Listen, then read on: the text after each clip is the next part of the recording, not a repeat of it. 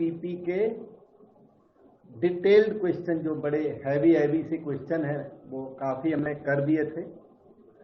ये जो एलपीपी अब टर्म 1 में है, और टर्म 1 में ना ऑब्जेक्टिव कुछ ज्यादा आएंगे, जो अभी तक पता लग रहा है वहां से बोर्ड से।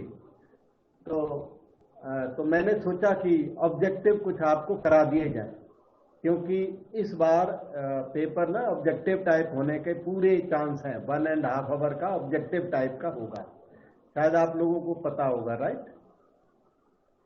तो वैसे तो ये इसके ऑब्जेक्टिव ज़्यादा कराते नहीं थे पहले, पर आज मैंने फिर ऑब्जेक्टिव सर्च करके और अच्छे objective exam point of view तैयार करके अब आपको करा रहा हूँ। उनकी टाइपिंग करवाई, टाइपिंग की और करके तैयारी की, और फिर आपको, क्योंकि एलपीपी के ऑब्जेक्टिव रूटीन में नहीं है, लेकिन अब वो पेपर ही जब ऑब्जेक्टिव टाइप होगा तो उसमें तो ये आने हैं, तो इसलिए आपके सामने ये मैं कुछ प्रेजेंट कर रहा हूँ। थोड़े क्वेश्चंस हैं, कोई 16-17 क्वेश्चंस हैं बनाए हमने, और ये एग्जाम पॉइंट ऑफ व्यू बहुत इम्पॉर्टेंट है।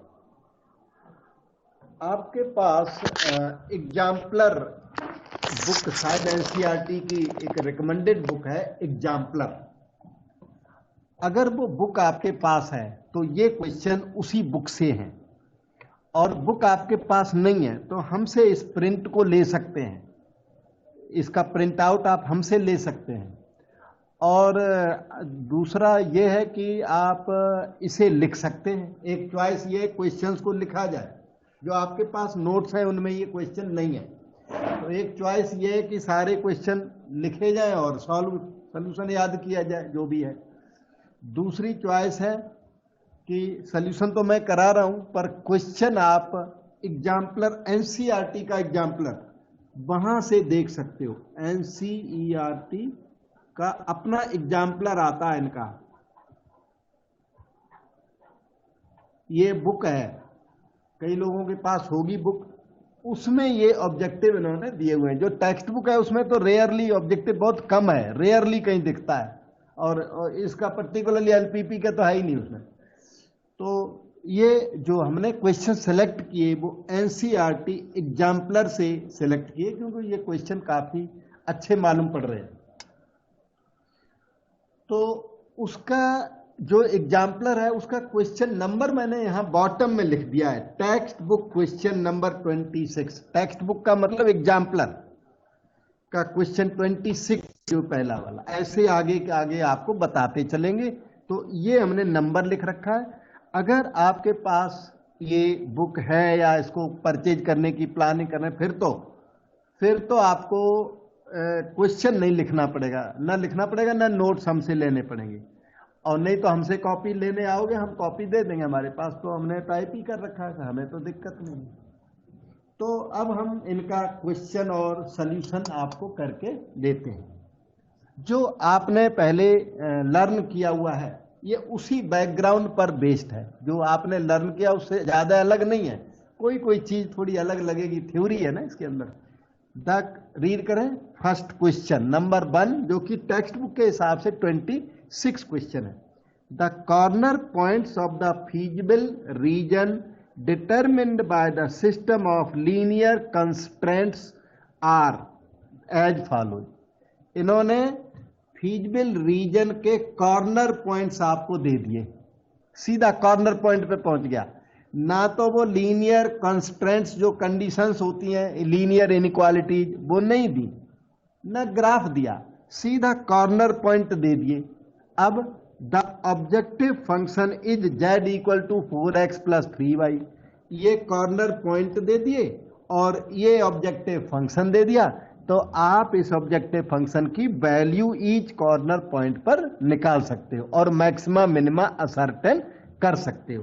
तो पहले तो हम इतना काम करते, फिर आगे आपको क्वेश्चन आगे रीड करेंगे, क्वेश्चन और भी है आगे अभी, तो इतना काम करता हूं। कॉर्नर पॉइंट्स,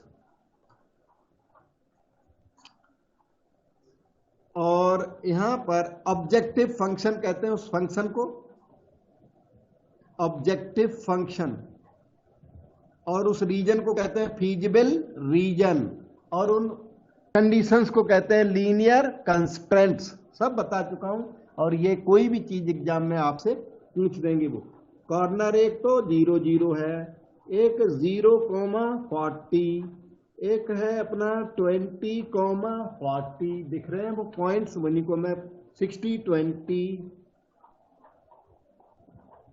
और डी पॉइंट है 60,0। इन्होंने 4 पॉइंट्स ऑफ फीजिबल रीजन दे रखे हैं, और ऑब्जेक्टिव फंक्शन ये z equal to 4x plus 3y।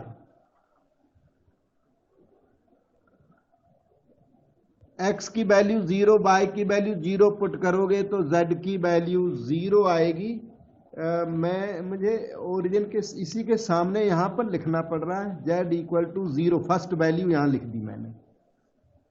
अच्छा, सेकेंड वैल्यू ऑनवर्ड ये सामने आ जाएगा, अच्छा हो जाएगा।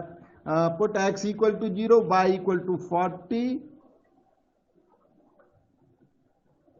120, x equal to 20, y equal to 40 put करोगे, z equal to 4 into 20 plus 3 into 40, 4 into 20 plus 3 into 40, 80 plus 120, 200 हो गया।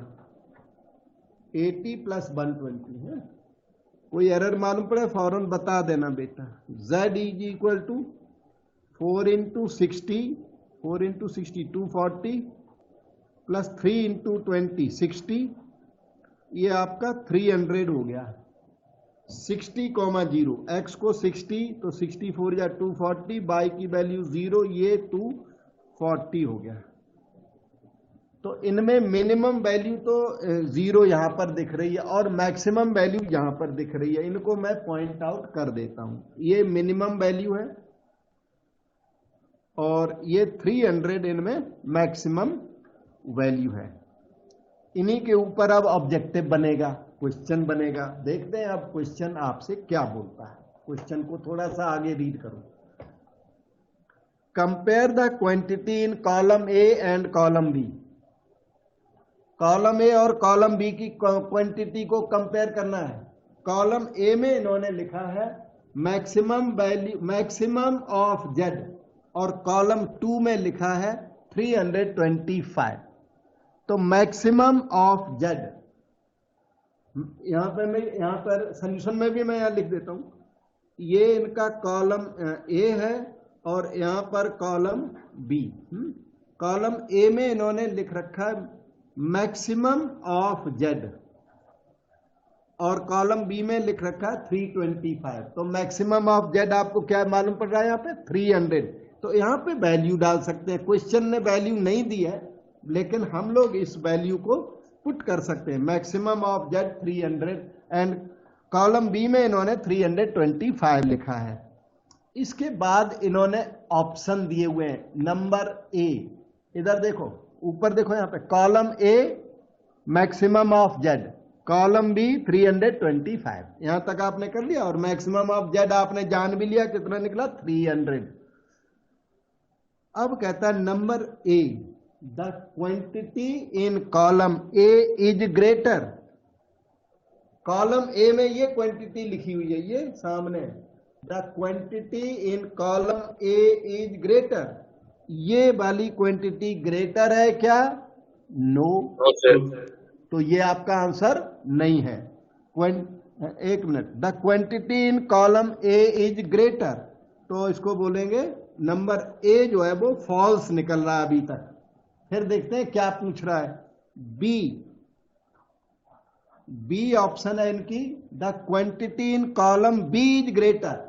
ये क्या है? Quantity in column B is greater, yes true. फिर इनकी सी ऑप्शन है, the two quantities are equal, false. C option का मैं आंसर चलो यहां पे लिख देता हूं, फॉल्स, जो आपको दिखाई पड़ेगा, नीचे लिख रखा मैंने। और डी का आंसर, डी क्वेश्चन इन्होंने दिया हुआ है, the relationship cannot be determined on the basis of information supplied. क्यों रिलेशनशिप कैनॉट बी डिटरमिन्ड ये कह रहे हैं, लेकिन हमने तो रिलेशन डिटरमिन तक कर लिया कि quantity in column A is smaller, quantity in column B is greater. हमने तो ट्रू लिख भी दिया, तो डी अपने आप क्या हो गया, फॉल्स, क्योंकि thing can be ascertained, relationship can be determined on the basis of information supplied. तो इस तरह से इनमें कौन सा आंसर हुआ बेटा, कौन सा ऑप्शन आप टिक करोगे? Option B. B option right है। तो सर ये बी, यस, तो बी ऑप्शन राइट है। अब आपने जान लिया कि एलपीपी पर जो ऑब्जेक्टिव आएगा वो इस टाइप का आएगा, क्योंकि अचानक वहां ऑब्जेक्टिव आ जाएगा, आप बोलोगे ये तो इस तरह का तो हमने रीड तक नहीं किया, जबकि इसमें न्यू कुछ भी नहीं है। फिर थोड़ा बहुत रीडिंग उस टाइप के क्वेश्चंस की हो तो स्टूडेंट थोड़ा ट्राई करता है। तो ये क्वेश्चन नंबर जो 1 था वो कंप्लीट हो गया, ये सॉल्यूशन है आपके सामने। और जो क्वेश्चन है वो मैंने बताया एनसीईआरटी एग्जाम्पलर से हमने क्वेश्चन सारे के सारे लिए हुए हैं, उसके सारे क्वेश्चन अच्छे थे काफी, तो हमने मोस्टली सेलेक्ट किए हुए उन्हीं में से। ठीक है, so we go to next question, क्योंकि हमें एग्जाम का भी ध्यान रखना होता है ना, एग्जाम में ऑब्जेक्टिव आने वाले हैं, वो कहते हैं सारे ऑब्जेक्टिव ही पूछेंगे, तो थ्योरी बहुत जरूरी है लेकिन ऑब्जेक्टिव की तरफ ध्यान देना पड़ता है। क्वेश्चन नंबर 2 में देखना बेटे, यहां पर the feasible solution for LPP is shown in the following figure. यहां पर एक फिगर है जो आपको कुछ कम दिख रही है, मुझे पता है, तो फिर भी कम से कम शेड पक्का दिख रहा है, शेड दिख रहे हैं, कॉर्नर के जो पॉइंट हैं वो अभी ठीक कर दूंगा मैं। Feasible solution for LPP is shown in the following figure, let z be equal to 3x minus 4y। इन्होंने ये ऑप्टिमम फंक्शन भी दिया हुआ है, z equal to 3x minus 4y दिया हुआ, B the objective function, optimum function, लेकिन इसका सही नाम है ऑब्जेक्टिव फंक्शन, वो भी याद करके रखना है।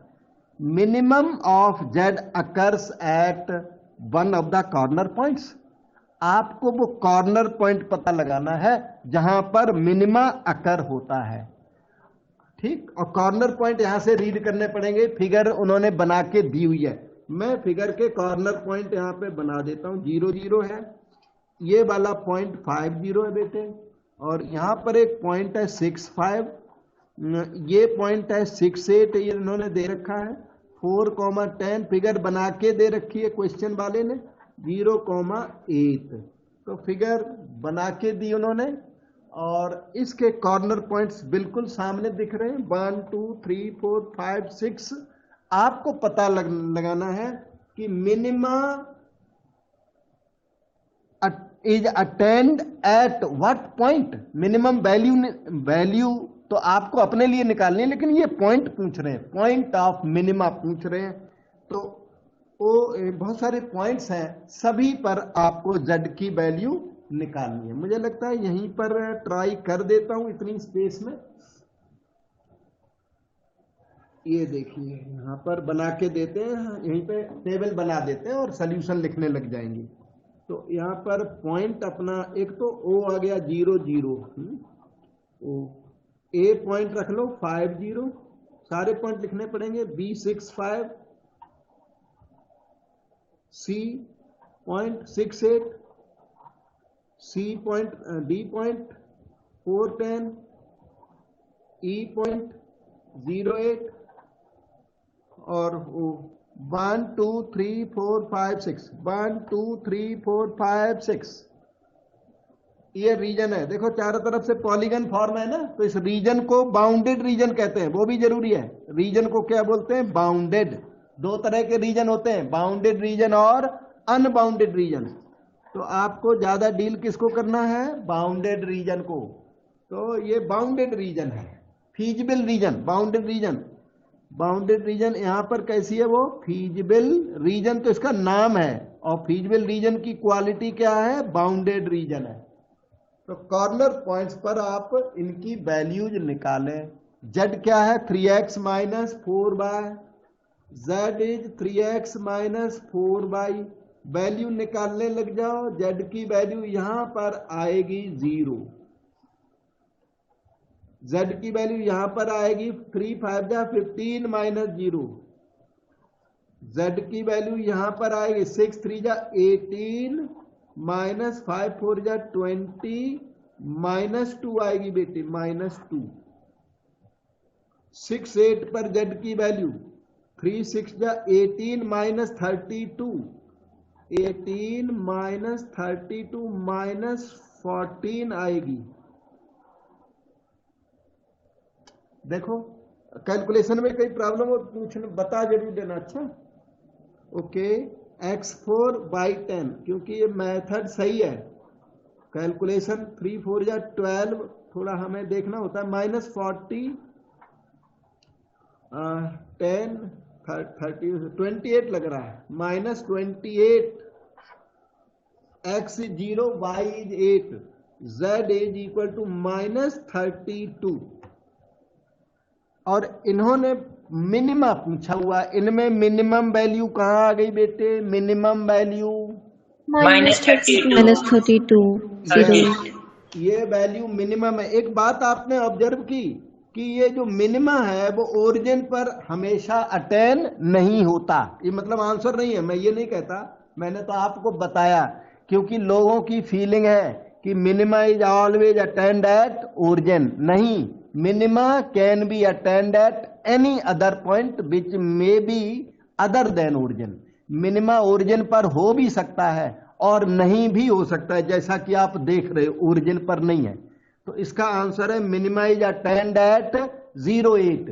अब वहां देखो ऊपर चल के, minimum of Z occurs eight 08। तो 08 बी ऑप्शन आपका राइट आंसर है। टेक्स्ट बुक क्वेश्चन नंबर 27 यहां पे मैंने लिख रखा है। तो जिनके पास वो बुक है तो वो बस टीवी की अपना क्वेश्चन नंबर लिख लो, सॉल्यूशन लिख लो। जो बुक नहीं है सारा क्वेश्चन और सॉल्यूशन लिखो, रीजन भी बनानी पड़ेगी, region is part of the question here. और देख लो अपनी रिक्वायरमेंट, मतलब क्वेश्चन लेकिन करने पक्के श्योर। वो तो ऑब्जेक्टिव आएगा तो ऐसा ही आएगा, ऑब्जेक्टिव और कुछ और क्या आएगा, यही आएगा। और उन्होंने रिकमेंड भी किया हुआ है, उनकी रिकमेंडेशन है। अब वो कहने भी लगे ऑब्जेक्टिव पूछेंगे, पहले तो इनको इतना ज्यादा नहीं पूछते थे, कभी कभी आ जाता था इक्का दुक्का, अब तो पूछेंगे ही पूछेंगे। ओके बेटे, तो ये क्वेश्चन नंबर 2 का बी पार्ट हो गया। बी पार्ट सोल्यूशन में सोल्यूशन हो गया। अब देखता हूं मैं क्वेश्चन नंबर 3, वो क्या है। ठीक है, ये देखिए क्वेश्चन नंबर 3 है। 3 में ये कहते हैं रेफर क्वेश्चन नंबर 2। पहले तो वो जो करके हटे वो कहते हैं उसको रेफर करो। तो उसको रेफर करते हुए मैं ना आपको जेड मैक्स याद दिला दूं। उसको रेफर करते हुए जेड मैक्स ये सामने है, उसको रेफर करते हुए मैक्सिमम वैल्यू ऑफ जेड कितनी थी बेटे? 15। मुझे लगता है पॉइंट की शायद जरूरत ना पड़े, अगर जरूरत होगी तो देखेंगे। तो जेड मैक्स 15 है, वो मैं यहां लिख देता हूं, जो आगे हम आपको बता पाएंगे। मिनिमम वैल्यू आपने निकाली थी -32। अब क्वेश्चन को रीड करते हैं। Refer to question number 2, maximum of Z occurs at. अच्छा, एट पूछ दिया, पॉइंट पूछा, तो दैट मैक्सिमा अकर्स एट बताओगे बेटे? 5,0 यस, ये मैक्सिमा है and this maxima is attained at 50 और 50 सामने दिख रहा है, वही आपका आंसर है सी पार्ट। सॉरी, वो दूसरा यहाँ नहीं, ये दूसरा शीट है, आंसर इसमें लिखना है। इंसिडेंटली इसमें भी है सी पार्ट, ठीक है ना। हाँ, maximum of Z occurs eight 50, वो आपका आंसर हो गया। ये TVQ 28 मैंने सबके सामने लिख दिया ओरिजिनल क्वेश्चन का नंबर, और ये अपना नंबर है। ठीक है, क्वेश्चन नंबर 4 को देखा जाए। Refer to question number 2 again. Maximum value of Z plus minimum value of Z. इन्होंने क्या डिमांड कर दी? Max value of Z plus minimum value of Z. Max value of Z कितनी है? 15, और मिन वैल्यू ऑफ जेड कितनी है? -32। तो ये आपका -17। यस, तो ये आपका ऑप्शन डी राइट है बेटे। अब आपने जान लिया होगा ऐसे ऐसे क्वेश्चन आएंगे जो कि अलग नहीं है, लेकिन जिसकी बिल्कुल भी नॉलेज नहीं तो सरप्राइज जरूर करेगा क्वेश्चन, तब हमने नॉलेज दी आपको। Now you can have a look at question number 5। Question number 5 में क्वेश्चन नंबर 2 का कोई रेफरेंस नहीं है, new question. Corner points of the feasible region for an LPP are as follows. Let F be 4x plus 6y, 6y printing में गलती है, be the objective function. ये objective function दिए, ये कॉर्नर पॉइंट दिए। Minimum value of F occurs at, अभी आपने minimum maxima का क्वेश्चन किया था, इसलिए मैं इसको होमवर्क छोड़ भी सकता था, फिर मैंने होमवर्क नहीं छोड़ा इसलिए कि इसमें सी और डी ऑप्शन ज्योमेट्री से कनेक्टेड है, इसलिए हमने क्वेश्चन को सी और डी ऑप्शन की वजह से आपको करके दे रहे हैं कि हमने रीड किए ना ऑप्शन, तो ऑप्शन में आप फंस भी सकते थे, इसलिए मैंने सोचा क्वेश्चन को क्लास में ही कराना पड़ेगा। तो ठीक है, पहले हम यहाँ पर कॉर्नर पॉइंट्स लिखते हैं, पहले काम कर लेते हैं फिर देखता हूं। और ये रहा objective function f equal to 4x plus 6y। Corner points mentioned, a point 02, b point 30, c point 60, d point 68 और e पॉइंट है अपना 05।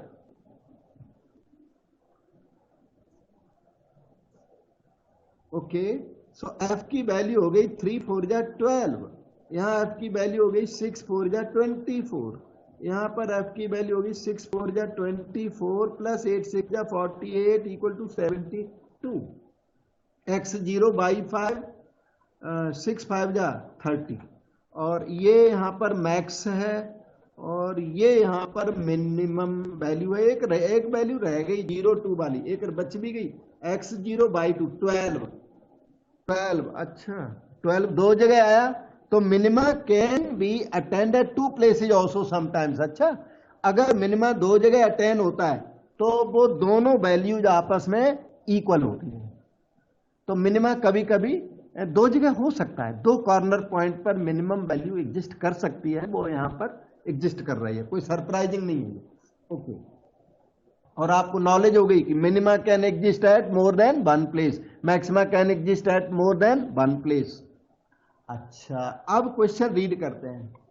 Minimum value of F occurs eight, इन्होंने मिनिमम वैल्यू ऑफ एफ की बात की है, तो minimum value of F occurs eight 2 places आपके सामने। तो यहां पे पहले लिख लेता हूं, मिनिमा अकर्स एट, जो अपनी फाइंडिंग है वो लिख देते हैं 02,30, दो जगह अकर हुआ। अब इनके ऑप्शंस देखो, कौन सा ऑप्शन आंसर में लाना पड़ेगा। एट 02 ओनली, क्या ये ऑप्शन राइट है बेटे? No sir. No, only word की वजह से, अगर ओनली वर्ड हटा दो तो ये राइट है कि minimum value of F occurs eight 02, या 02 पे अकर होती है, तो ओनली वर्ड हटा दो तो 02 राइट, ओनली वर्ड हटा दो 30 इज ऑल्सो राइट, लेकिन 02 ओनली बोला इसलिए ये फॉल्स हो गया, 30 ओनली भी फॉल्स हो गया। अब C option, mid point of line segment joining the points 02 and 30 only. 02, ध्यान दो ये चीज बोल रहा है, 02 पॉइंट को ए से डिनोट किया हुआ है आपने, तो वही वाला पॉइंट लिख दिया। 30 डिनोट किया हुआ है बी से। ये जो सी ऑप्शन कह रही है mid point of segment A B, तो ए बी सेगमेंट का बेटे मिड पॉइंट क्या हुआ? मिड पॉइंट हुआ कितना हुआ बताओ? 3/2 and 1। हाँ बिल्कुल सही, 3 + 0/2, थोड़ी छोटी ज्योमेट्री मांग दी इसने।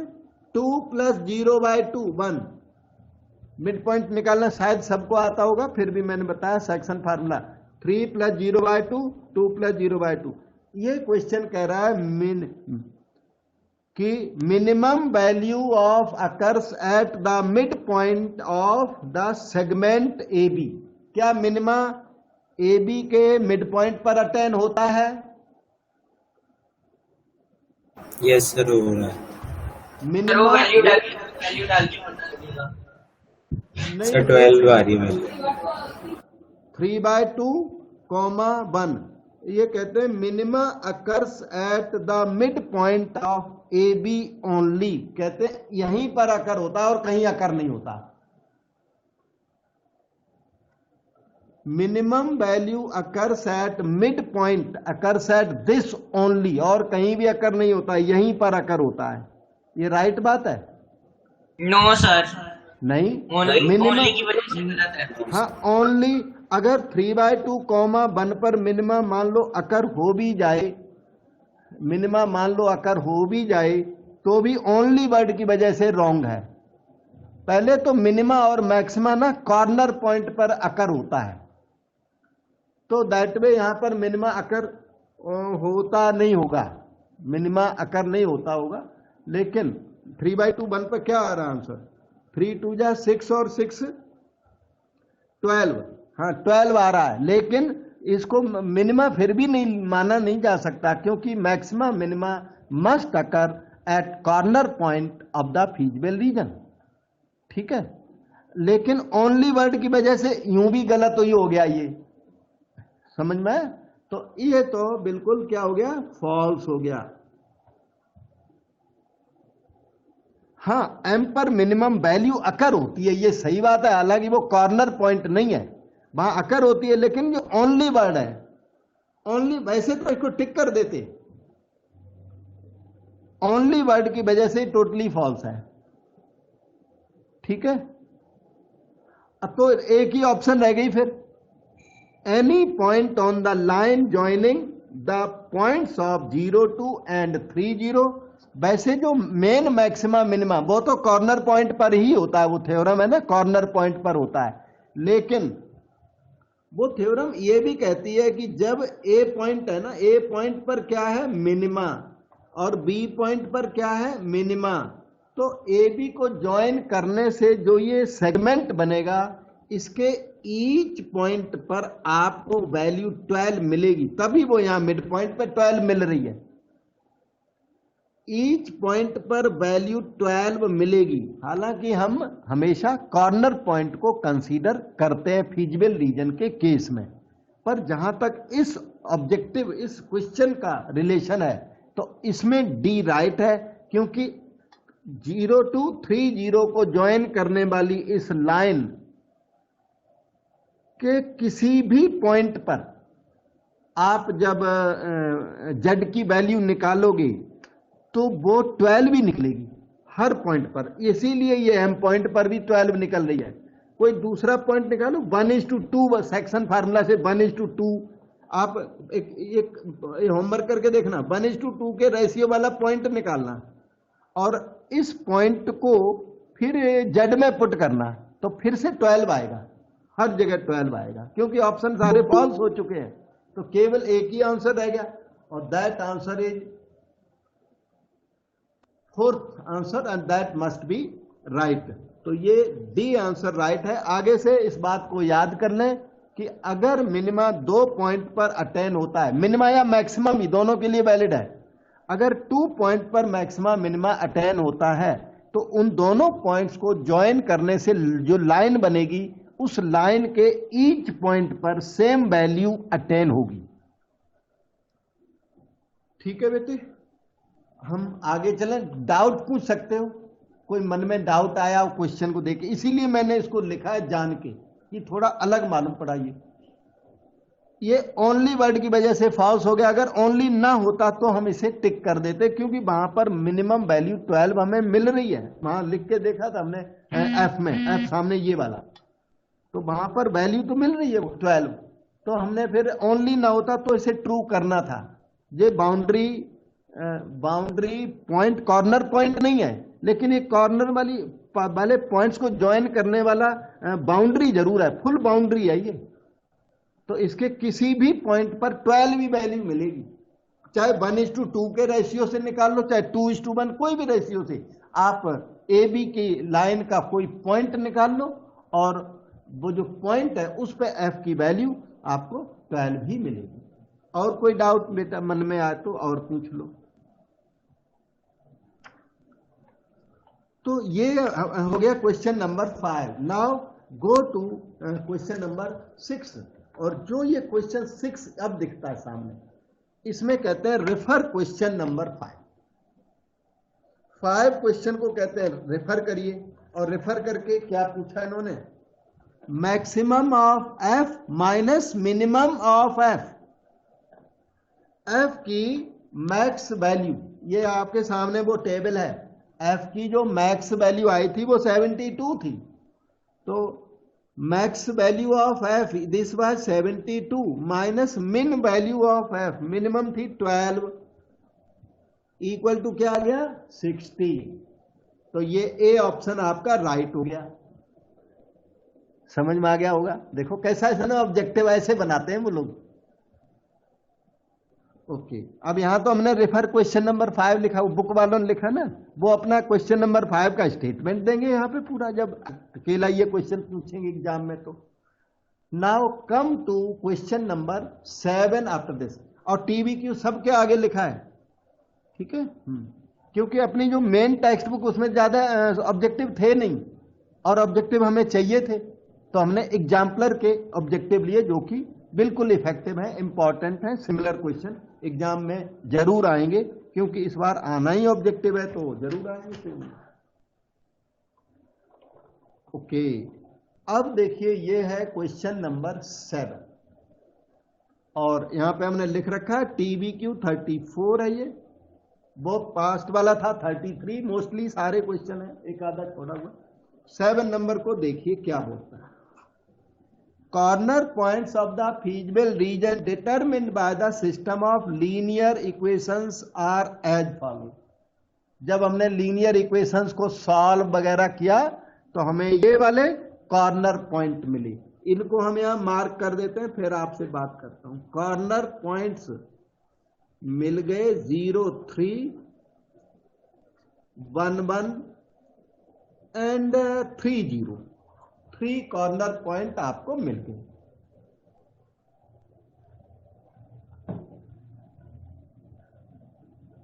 Late z be equal to px plus Q Y. z की वैल्यू px plus Q Y, where P Q are greater than 0। P Q दोनों पॉजिटिव लेकर के चलना, अच्छा, जो कंफ्यूजन पैदा ना हो, पॉजिटिव नंबर्स हैं। Condition on P Q such that minimum of Z occurs at 3, 0। कहते हैं 3, 0 पर मिनिमा आना चाहिए। क्वेश्चन कहता है कि 3, 0 पर मिनिमा है, आप पी और क्यू में कंडीशन बताइए। चलो बताते हैं कंडीशन पी क्यू की। अभी थोड़ा सा ठहरना, जेड की वैल्यू निकालो, यहां 0, 3 पर निकालो, x0 by 3, तो 3 क्यू आ गया। अब z 1, 1 पर निकालो, p प्लस क्यू आ गया। अब z आप 3, 0 पर निकालो, 3, 0 पर x इज 3 by 0, तो ये अपना 3p आ गया। ये कहते हैं जो मिनिमम वैल्यू है, minimum condition on P Q such that minimum of Z occurs at 3, 0। कहते हैं ये वैल्यू क्या है, मिनिमम है। आपको जो भी कंडीशन देनी है वो आप दे दीजिए, ठीक है। ये कंडीशन पूछ रहे हैं, तो ये 3p जो है वो मिनिमम आ गया।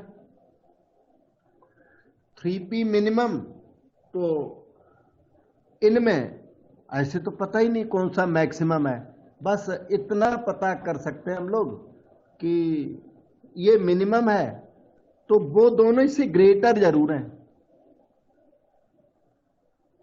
वो दोनों इससे कैसे हैं फिर ग्रेटर, ये मिनिमम है तो वो दोनों क्या है, ग्रेटर है। तो ठीक है, 3p इज लेस देन, मतलब 3q ग्रेटर देन और इक्वल टू 3p कह सकते हो, ठीक है। कंडीशन यही है, ये मिनिमा कब होगा? जब वो दोनों ग्रेटर होंगे तब ये मिनिमा होगा बेटे। तो P प्लस क्यों कैसा है? ग्रेटर देन और इक्वल टू 3P। मतलब ये क्यों ग्रेटर देन और इक्वल टू P, इधर है क्यों ग्रेटर देन और इक्वल टू 3P।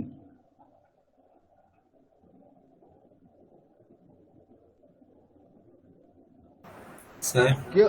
हाँ बेटे, सर क्वेश्चन में तो लिख रखा है कि 1,1 पे भी मिनिमम वैल्यू करो। क्वेश्चन में सर उसमें लिख रखा है minimum value occur set 3,0 and 1,1।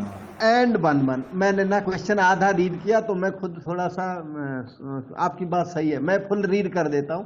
Question में उतने पे ही सोल्यूशन देने लग गया, लेकिन इसका ना एक और था, वो आगे मैंने रीड नहीं किया क्वेश्चन। आपने अच्छा किया पॉइंट आउट करके, तो बहुत अच्छा किया। तो इधर सब लोग देखना, condition on P Q such that minimum of Z occurs eight 30 and, हमने यहीं तक रीड किया। एंड के बाद और लिखा है 1,1, तो मिनिमा दो जगह अटेन होता है। बस हमारी प्रॉब्लम थोड़ी इजी हो गई, मिनिमा यहां भी अटेन होता है बेटे यहां पर, तो फिर ये काम नहीं होगा। ये सही कर रहे थे हम, लेकिन वो 1,1 रीड नहीं किया, वहां तक पहुंच नहीं पाए ना। तो दो जगह मिनिमा अटेन होता है, तो दोनों मिनिमा आपस में इक्वल होने चाहिए। अब ये बात खत्म हो गई। फिर 1,1 रीड करने के बाद दोनों मिनिमा आपस में कैसे होने चाहिए? इक्वल। P प्लस क्यों कैसा होना चाहिए? 3P। तो क्यों कैसा होना चाहिए? 2P। ये क्यों इक्वल टू 2P जहां भी है वहां टिक कर दो। Number A P equal to 2 क्यों, number B P equal to half क्यों, number C P equal to 2 क्यों, number D P equal to क्यों। बेटे कहां पर टिक कर दूं बताओ? सर इसमें दो ऑप्शन सेम है सर। इसमें सर A और C सेम है। A और बी ऑप्शन पे C। अच्छा, A और C सेम है, पर A और C सेम बना भी रहे, चलो मैं वैसे 3Q लिख देता हूं आपके सेटिस्फैक्शन के लिए। वो सर, A B और C आंसर। आंसर तो है नहीं, आप अपना आंसर देखो बेटे। Sir B. बी आंसर है।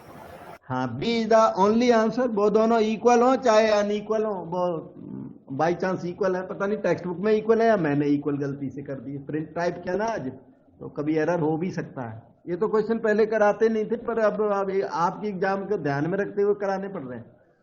हो गया? अभी समझ में आ गया बेटा? ये 1,1 छोड़ दिया तो मैं दूसरा काम कर रहा था, इससे मैं कंक्लूजन अभी निकाल देता।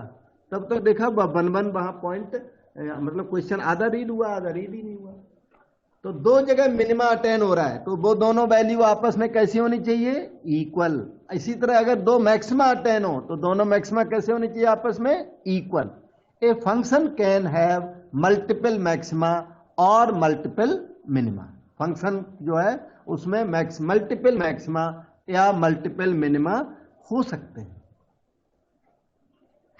ठीक, so let us go to next question. 7 number हो गया। ये रहा क्वेश्चन नंबर 8, जो कि TBQ 35 है। सबके आगे मैंने लिख दिया रेफरेंस। सर हाँ, सर ये वाला ऑप्शन एक बार फिर से बता दोगे? कौन सा बेटा? सर ये जो हमने ऑप्शन कैसे सिलेक्ट किया? वो P इक्वल टू, यहाँ ये समझ में वो दूसरा है, ये दूसरा ये वाला है वो। ये देखो दो जगह मिनिमा अटेन हो जाए, यहां तक समझ में आ गया था कि नहीं ये बताओ मुझे? ये दोनों समझ में आ गए थे कि नहीं ये बताओ? Yes sir. क्योंकि क्वेश्चन ने बोला ना 1,1 पर मिनिमा है और 30 पर मिनिमा है, तो क्वेश्चन को तो एक्सेप्ट करना ही पड़ेगा। अब ये दोनों जो मिनिमा आए वो दोनों मिनिमा आपस में इक्वल होने चाहिए। अगर मान लो सपोज करो ये 15 है ये 10 है, तो दोनों मिनिमा नहीं हो पाई, लोकल मिनिमा नहीं होता। यस ये होता है एब्सोल्यूट मिनिमा। तो दो मिनिमा नहीं हो सकते, दो मिनिमा अगर है तो वो आपस में इक्वल होने चाहिए। इस तरह का लोकल मिनिमा यहाँ एग्जिस्ट नहीं, के कैलकुलस में एग्जिस्ट करता है, यहाँ एग्जिस्ट नहीं कर सकता। यहाँ लोकल मिनिमा नहीं होता, ये एब्सोल्यूट मिनिमा एब्सोल्यूट मैक्सिमा होता है। तो अगर दो मिनिमा है तो उनको आपस में इक्वल होना पड़ेगा। दो पॉइंट पर मिनिमा हो सकता है, दो जगह मिनिमा हो सकता है, मिनिमम वैल्यू भी दो जगह आ सकती है, लेकिन उन दोनों को आपस में इक्वल होना पड़ता है। तो मैंने इन दोनों को इक्वल कर दिया क्योंकि क्वेश्चन कहता है दोनों मिनिमा है, तो मैंने p plus Q equal to 3p कर दिया। तो 3p माइनस p क्या हो गया 2p, तो क्यू इक्वल टू 2p हो गया, तो half Q is equal to p हो गया। तो p equal to half Q को हमने वहां टिक कर दिया। और पूछ लो बेटा। प्रथम है भी गया, प्रथम मैं आगे। हूँ, मुझे समझ आ गया मुझे समझ। हाँ तो बोल तो दो जो मैं आगे चलूं। ओके, क्वेश्चन नंबर 8 देखो बेटे। In LPP the linear inequalities और restrictions on the variables are called, इनको क्या कहते हैं? रेस्ट्रिक्शंस ऑन द वेरिएबल्स या लीनियर इनइक्वालिटीज को क्या कहते हैं? उनको restrictions on the constraint. Yes, बिल्कुल सही। आप देखो है आर कॉल्ड के बाद फिल इन द ब्लैंक वाले है क्वेश्चन, ये ऊपर लिखा है fill in the blanks in each of the following exercises. तो वेरिएबल्स आर कॉल्ड कंस्ट्रेंट्स कहते हैं, लेकिन लीनियर कंस्ट्रेंट कहते हैं। अच्छा, क्वाड्रेटिक नहीं, सही वर्ड है वो लीनियर, और अकेला कंस्ट्रेंट लिख दोगे तो मार्क आपको 1 मार्क मिल जाएगा। Linear constraints. अब तो आपने करेक्ट जान लिया, तो करेक्ट फिल करके आना। ठीक है, क्वेश्चन 8 हो गया। अच्छा 8 दो है ये, 8A और 8B। One more question. In LPP the objective function is always, के बाद तो शायद ही बता पाओगे। ऑब्जेक्टिव फंक्शन की क्वालिटी क्या होती है? ऑब्जेक्टिव फंक्शन जानते हो? Z equal to px plus Q Y is always. आगे कुछ है भरने को आपके पास? Sir 2 variable. हाँ, इज ऑलवेज इन 2 वेरिएबल्स, बिल्कुल सही है। It is always in 2 variables x and y। It is always 2 dimensional. लेकिन इनका जो वर्ड है, क्योंकि वो टेक्स्ट बुक है ना, तो उसने अपना आंसर दिया है, तो हम कई आंसर फॉलो करेंगे। उन्होंने ये वैसे जो आप बोल रहे हो सही है, is always in 2 variables, is always 2 dimensional x and y है सर लीनियर। करेक्ट। उन्होंने वहां आंसर लीनियर दिया हुआ है, तो हम लोग वही आंसर लीनियर ही भरेंगे। ठीक है, ओके। उनका आंसर भी देखा हुआ है ना हमने, तो काफी एफर्ट किया, जो रॉन्ग इन्फॉर्मेशन बच्चे के पास ना जाए। आप लीनियर याद रखना, जो कि सही है, लीनियर है 1 degree. Okay, here is question number 9। ये भी टेक्स्ट बुक क्वेश्चन 37 है। If the feasible region for LPP is, के आगे आपको भरना है। If feasible region for LPP is, के आगे आपको भरना है। तो then the optimal value of the objective function z equal to ax plus b by may और मे नॉट एग्जिस्ट। कि ऑब्जेक्टिव फंक्शन की वैल्यू, ऑब्जेक्टिव फंक्शन की वैल्यू ना कभी एग्जिस्ट करती है, कभी नहीं भी करती है। Objective unbounded. बेटे आप एग्जाम्पलर तो बंद कर दो, पहली बात यह है। ठीक है सर बंद किया हुआ है, मेरे पास तो पड़ा भी नहीं। हाँ, कोई बात नहीं, क्योंकि अनबाउंडेड रीजन्स, हाँ बहुत अच्छा है। वो टीचरों ने वहां स्कूल में कराया होगा, बड़ी अच्छी बात है जो उन्होंने पेन लिया, क्योंकि ये एग्जाम में आने वाले हैं, इसलिए बहुत अच्छी बात है। क्वेश्चन नंबर 9 को देखो बेटा।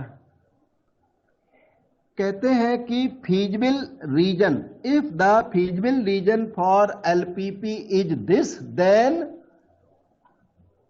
Optimal value may not exist. मतलब maxima minima may not exist. तो मैक्सिमा और मिनिमा, कभी कभी ऐसा होता है कि मैक्सिमा मिनिमा एग्जिस्ट ही नहीं करता। अगर वो रीजन बनाते हैं ना, आप लोग जो रीजन बनाते हो ऐसी ऐसी इस तरह की रीजन, बाउंडेड रीजन बनेगी इस तरह की, फिर तो मैक्सिमा मिनिमा श्योर एग्जिस्ट करता है। लेकिन कभी कभी रेयर केसेज में रीजन ना ऐसी अनबाउंडेड बन जाती है, मतलब मतलब बाउंड्रीज, एक तरफ बाउंड्री होती ही नहीं है उसमें बिल्कुल। तो अनबाउंडेड रीजन अगर होगी तब ऐसा होता है कि ऑब्जेक्टिव फंक्शन का मैक्सिमा मिनिमा समटाइम्स एग्जिस्ट ही नहीं करता। तो ये क्या है यहाँ पे वर्ड, ये सही बता रहे थे, इनको इनकी मैडम ने बताया होगा, अनबाउंडेड वर्ड है यहाँ पर। हालांकि ये ऑब्जेक्टिव इस ईयर आपकी एग्जाम में नहीं आएगा क्योंकि अनबाउंडेड रीजन आपके कोर्स से निकला हुआ है। बोर्ड की एग्जाम में बिल्कुल भी ये ऑब्जेक्टिव नहीं आएगा, लेकिन मैंने अपनी ड्यूटी कर दी क्योंकि आपके कोर्स में बाउंडेड रीजन है इस year.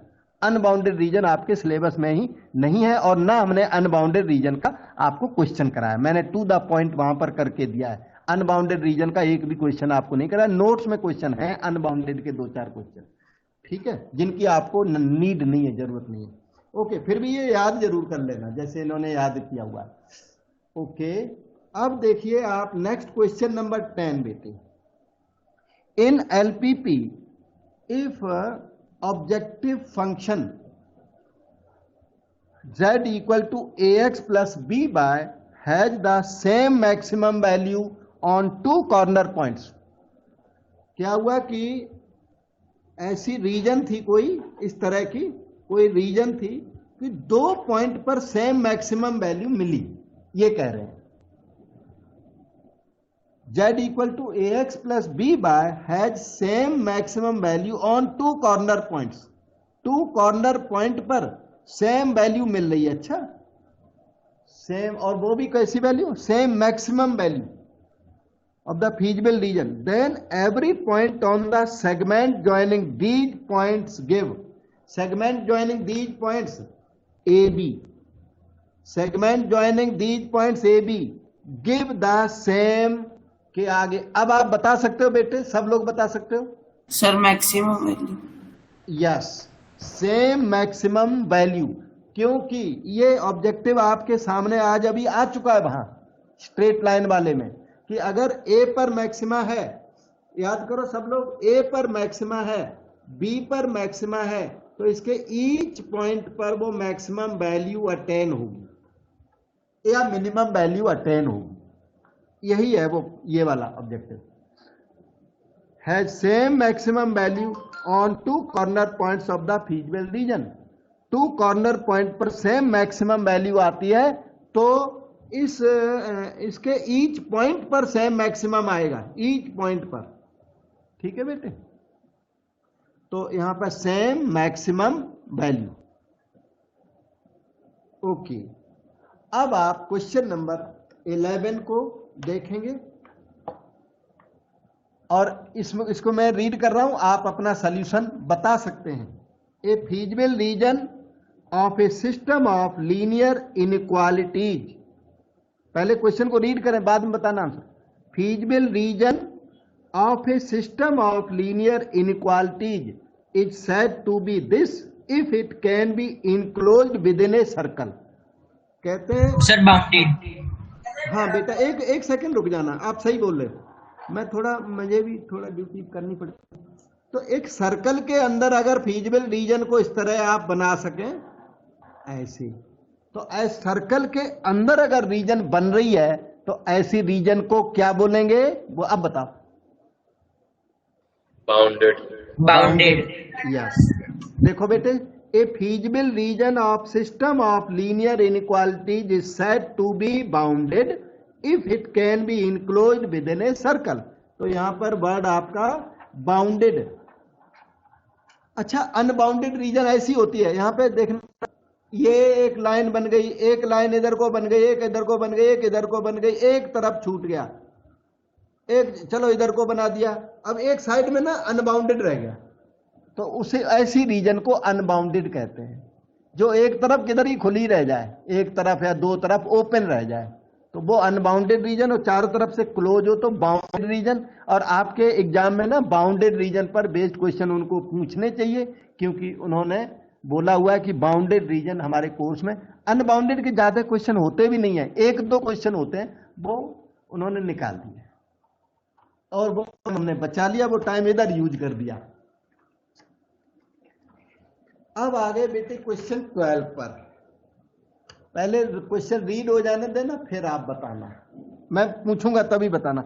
A corner point of feasible region, corner point of feasible region is a point in the region which is the what of two boundary lines. Corner point of feasible region, इधर बात सुनो, ये जो बोल रहा है पहले question समझो। ये फीजिबल रीजन है कोई ऐसी, चलो ये वाली, ये फीजिबल रीजन है। तो corner point of feasible region is a point, ये corner point is the region, corner point of the region is a point in the region which is what of two boundary lines. This is what, this point is what of two boundary lines. ये two boundary lines का क्या लगता है? Sir mid point. Yes, चलो बड़ा effort की, बहुत अच्छा, इट्स वेरी गुड आंसर। ये मिड पॉइंट नहीं होता, वैसे दो बाउंड्री लाइंस का मिड पॉइंट बताने की कोशिश कर रहे हो, मिड पॉइंट वर्ड बदलो, कुछ और बोलो। कटिंग, कट करते दो। हाँ हाँ, कॉमन बाउंड्री, पॉइंट। हाँ जी, सर जो कटिंग ये पॉइंट, satisfy करते कटिंग पॉइंट के लिए कोई और अच्छा वर्ड बताओ। Joining point, joining point.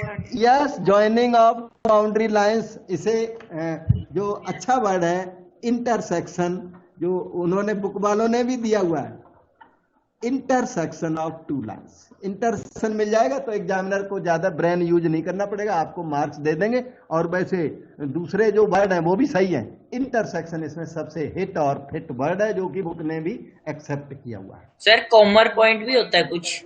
Yes, common point सही है, common point of two boundary lines, दोनों बाउंड्री लाइंस का कॉमन पॉइंट है, वो सही है। इंटरसेक्शन सबसे अच्छा है।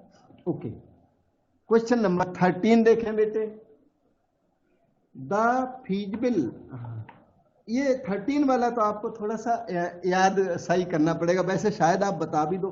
Feasible region for an LPP is always a closed. Closed polygon, बिल्कुल सही है बेटे, क्लोज्ड पॉलीगन है ये, इस तरह का ऐसे वाला होता है क्लोज्ड पॉलीगन ऐसा है। तो feasible region of for an LPP is always polygon है, एलपीपी क्लोज्ड पॉलीगन सही है बेटे। पर इन्होंने ना कन्वेक्स और कंकेव वर्ड होते हैं ना, तो इसको कन्वेक्स वर्ड आंसर में दिया हुआ है, तो मैं तो वही लिखूंगा, वही बताऊंगा, वही आपको याद ही कर लेना। इसको कन्वेक्स पॉलीगन कहते हैं। Okay, state whether the statements are true और फॉल्स। अब ट्रू फॉल्स टाइप के 2-4 क्वेश्चन है, बस वहीं पे ये फिनिश हो जाएगा और उसके ऑलमोस्ट सारे क्वेश्चन कवर हो गए और इन्हीं में से एग्जाम में आ जाएगा। 14 नंबर, तो maximum value of the objective function in LPP always occurs at only one corner point of the feasible reason. ये इन्होंने दिया, इन्होंने क्या बोला?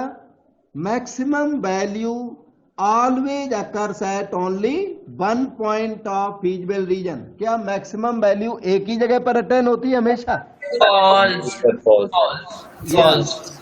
आपको देखो सेंस पक्का सही लग गया, फॉल्स। ये गलत है, क्योंकि maximum may occur at more than one places, minimum may occur at more than one places. Question number 15, in LPP the minimum value of objective function z equal to ax plus by is always 0 if origin is one of the corner point of the feasible region। इन्होंने पहले बात समझो कि इन्होंने बोला क्या है। इन्होंने बोला कि मिनिमम वैल्यू इज ऑलवेज 0। ये कह रहे हैं minimum value of objective function is always 0। Minimum value, आज आपने देखा था minimum value of objective function always 0 होना जरूरी नहीं होता। Minimum value of objective function always zero होना जरूरी नहीं होता है, कभी कभी ये नॉन जीरो भी होता है। तो हाँ, अब इन्होंने आगे और क्या बोला, minimum value of objective function is always zero if origin is one corner.